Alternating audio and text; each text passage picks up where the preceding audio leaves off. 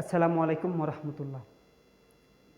বর্তমানে বিসিবি সভাপতি ফারুক আহমেদ, যিনি নিজের টাকা মনে করতেছেন, সরকার টাকাকে, বিসিবির টাকাকে নিজের টাকা মনে করতেছেন, ঘোরাঘুরি, লুটপাট, দুর্নীতির অভিযোগ সব কিছু মিলিয়ে একটা খালু থাবা হয়ে আছে এখন বাংলাদেশ ক্রিকেট বোর্ডে।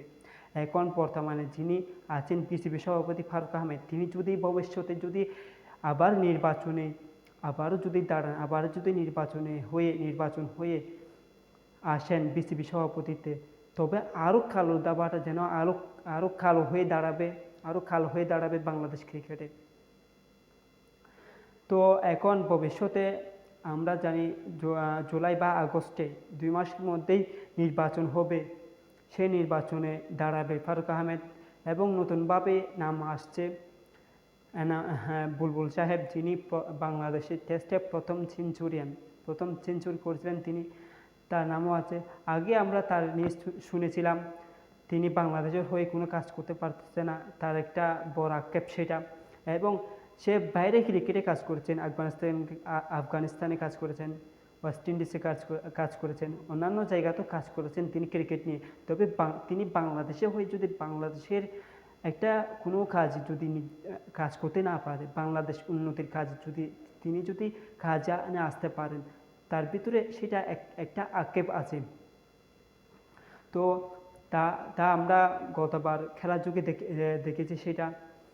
তিনি খেলার যুগে বলেছিলেন তিনি একজন বাংলাদেশে হয়ে বাংলাদেশ ক্রিকেট বোর্ডে কাজ করতে পারতেছে না, বাংলাদেশ ক্রিকেটকে উন্নতির দিকে নিয়ে যেতে পারতেছে না। সেটা হচ্ছে তার অনেক বড় একটা আক্ষেপ। হয়তো সে আক্ষেপটা এবার পোড়াতে যাচ্ছে। তাকে ভবিষ্যতে বিসিবির সভাপতির পদে আসার জন্য আমন্ত্রণ জানিয়েছেন। তা এখনও কোনো সিদ্ধান্ত আসেনি তার পক্ষ থেকে, সেটা তার সিদ্ধান্তের উপর নির্ভর করতেছে। তিনি ভবিষ্যতে বিসিবির সভাপতির পদে আসতে পারেন। জুলাই বা আগস্টে নির্বাচন হবেন, সেই নির্বাচনে তাকে দাঁড়ানোর জন্য আমন্ত্রণ জানিয়েছেন। তো এখন তিনি যদি আসেন তাহলে একটু বিসিবি থেকে আলো আসবে, বিসিবিতে ক্রিকেটের দিকে আসবে। এখন যিনি বর্তমানে বিসিবিতে আছেন ফারুক সাহেব, তিনি যদি আবার ভবিষ্যতে আসেন তাহলে আরও কালো থাবাটা সম্পূর্ণ ক্রিকেটে গিয়ে পড়বে। এখন তো ক্রিকেটেই আছে, তবে তার যে আচার আচরণ, যে ব্যবহার, যে দুর্নীতি চলতেছে, সে যখন আরও লম্বা সময় সার্ভিস দিতে আসবে তখন আরও দুর্নীতির শিকার হতে হবে ক্রিকেট বোর্ডকে।